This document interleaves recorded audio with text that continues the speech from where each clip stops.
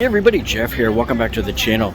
I'm here live right now at the Surfside, Florida site of the Champlain Towers condo collapse, where we just observed the 1-year anniversary and remembrance here. So it was quite a setup here, and quite a few dignitaries were here as well. But behind me here is the pool deck.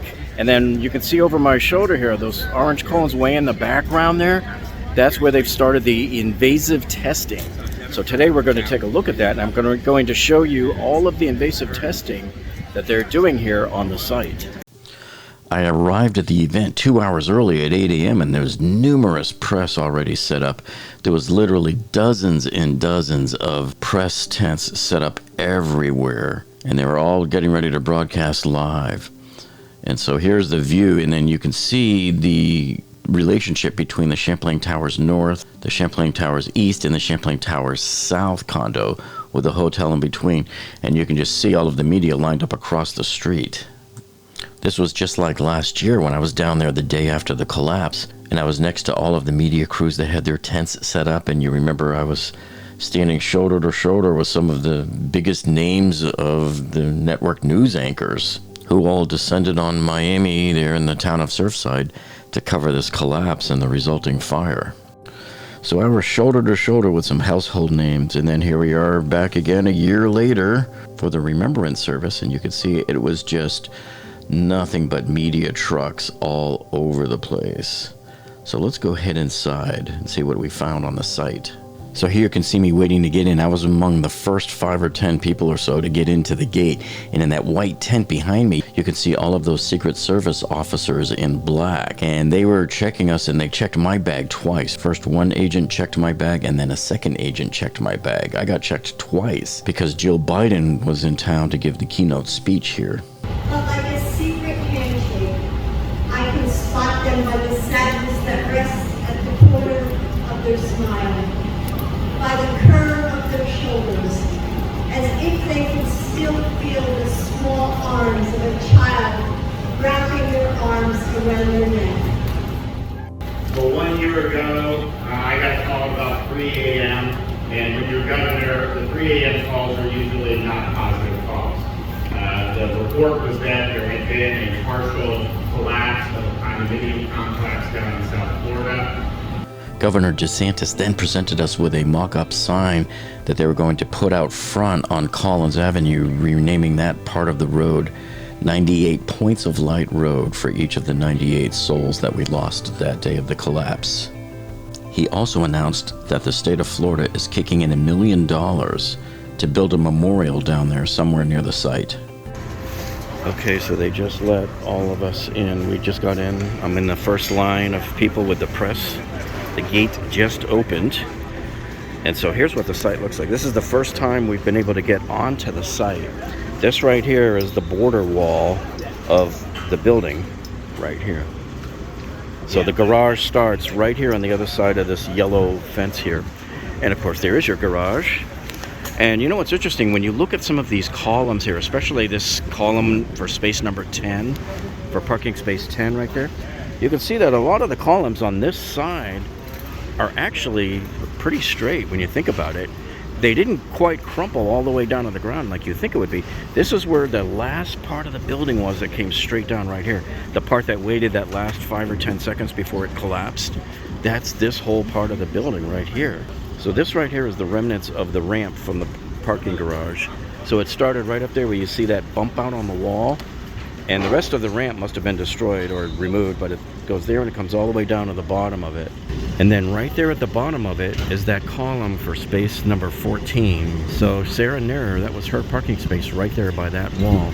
She was from unit number 111, from the famous 11 stack, as we call it. And then there is my famous H-beam that you guys have heard me talk about, that there's a mystery column buried in the floor there. So I'm going to see what kind of a view I can get.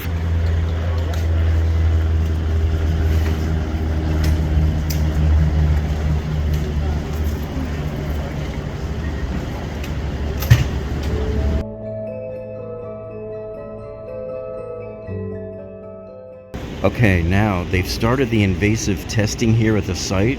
And as soon as NIST announced that they were starting the invasive testing on the site a couple of weeks ago, man, did they hit the ground running, going full bore, pun intended. They wasted no time making Swiss cheese out of these walls and columns, as you can see here by the pool, and the column here in the area by the jacuzzi, and on the south wall, and over here on the bottom of their shear wall behind the vestibule of the elevators, and then of course here on the ramp wall. I mean, look how many holes they drilled over there to get core samples for their invasive testing. So this is the first time I've been able to get on the site myself and take my own pictures and video. And so here's what the pool looks like right now. They have already started removing the pavers. Those are the smaller pavers off of the pool. There you can see the larger ones. And then along the wall, it looks like they've started to do some cuts into the wall, invasive cuts. Now, there's some vehicles down here right now. There's really no workers down there because today is the memorial. But I can tell you that yesterday there was a lot of traffic down here. There was a lot of pickup truck down here on the garage floor. And there was employees everywhere doing things down there. So you can see how invasive it's gotten already. All of those orange cones are where they've started to cut the squares into the foundation of the garage floor. So that's why you're seeing a large increase in the water that's coming up and inside the garage floor. You're seeing a lot more water intrusion. This is the area under dispute where plaintiffs from the Champlain Towers South had alleged that the construction of the building next door caused excessive vibrations and ruined the wall, and they think that the pool deck separated right here along this area between M, and then L would be right there, and then K would be probably right by that blue truck. And then even along on the north side of the wall you can see where they've done some more evasive hole cutting. And so if you look here at the bottom of the ramp, and then orient yourself, of course, with that column for space number 14, and then look over to the left of it, there's a column sticking up out of the middle of that cutout area. There's like a little lake around it. That is the column known as M9.1/M10. That is the column for space number 27. So it's kind of interesting that they picked 3 columns over there in that spot to do their invasive testing. Now you'll see another one sort of behind it in the background there, another cutout with another column. Okay, so that column there is column number L11.1, and that is the column that divides space number 77 from space number 76. So it's kind of interesting that they are focusing their invasive efforts right now on this area. Okay, now focusing back again towards the bottom of the ramp, if you look just over a little bit, like right there, you'll see there's another cutout that they made, and that cutout is for column number L9.1/10, and that is the column for space number 77, which is right next to space number 76.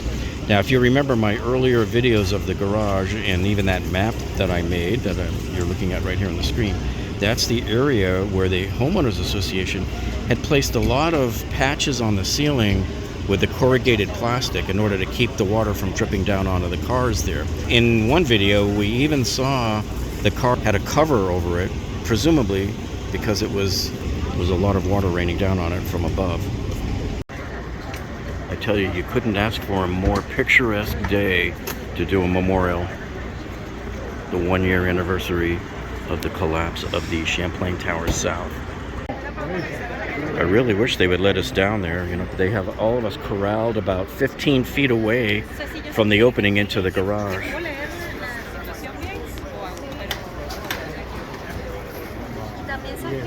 But when you compare the height of column 10 with the height of this column here, you can see it's almost to the top of the wall.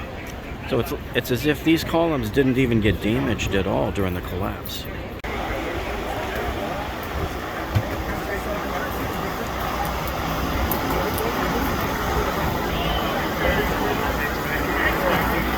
Cassie Stratton, and since Cassie's passing, life has been very difficult.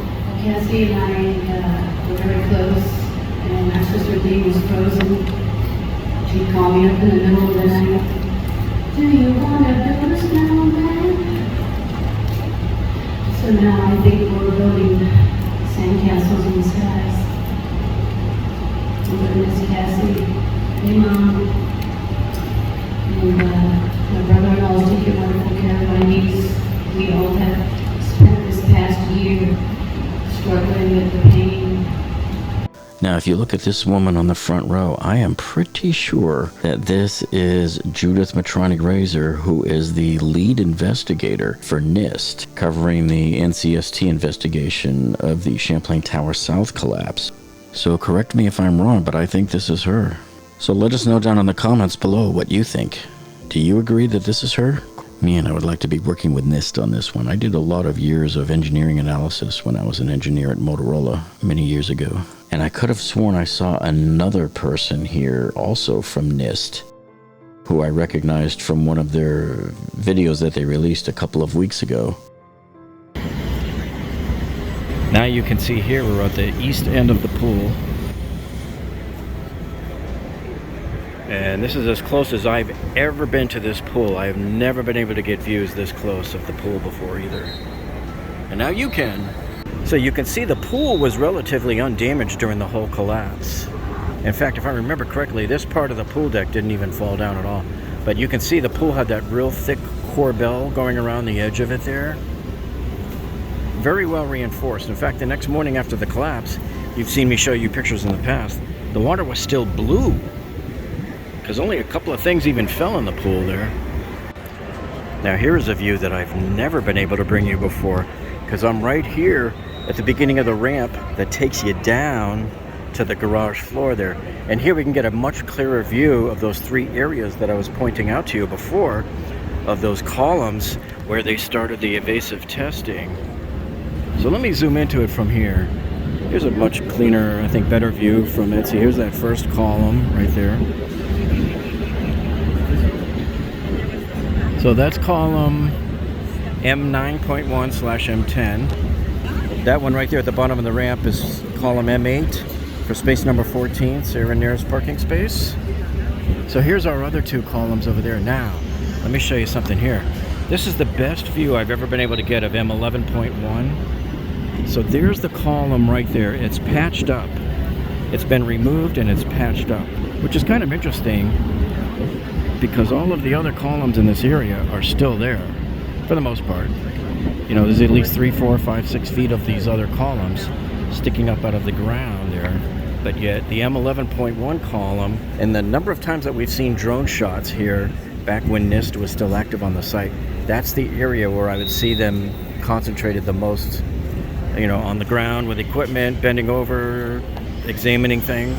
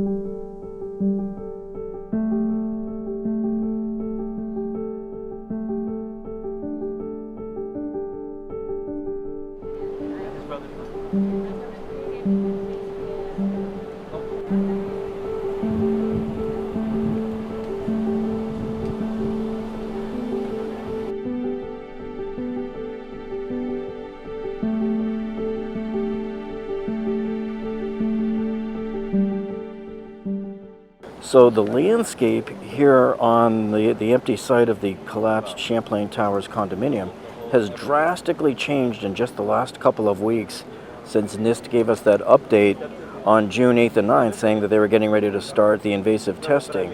It's everywhere. There's more equipment down here now. There's more personnel. It's empty today because of the anniversary remembrance.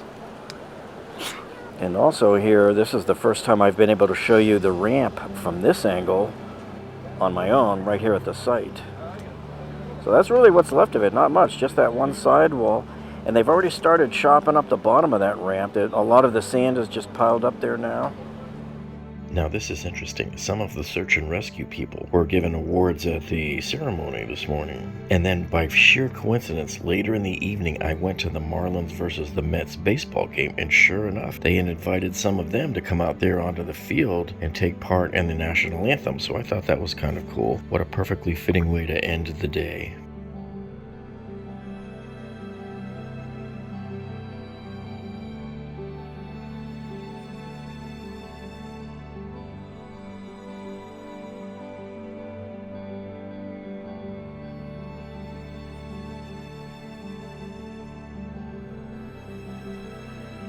Tragedy that moved this community and our state, but we are not going to forget what they meant to this community and our state, and this sign is a small token to do that.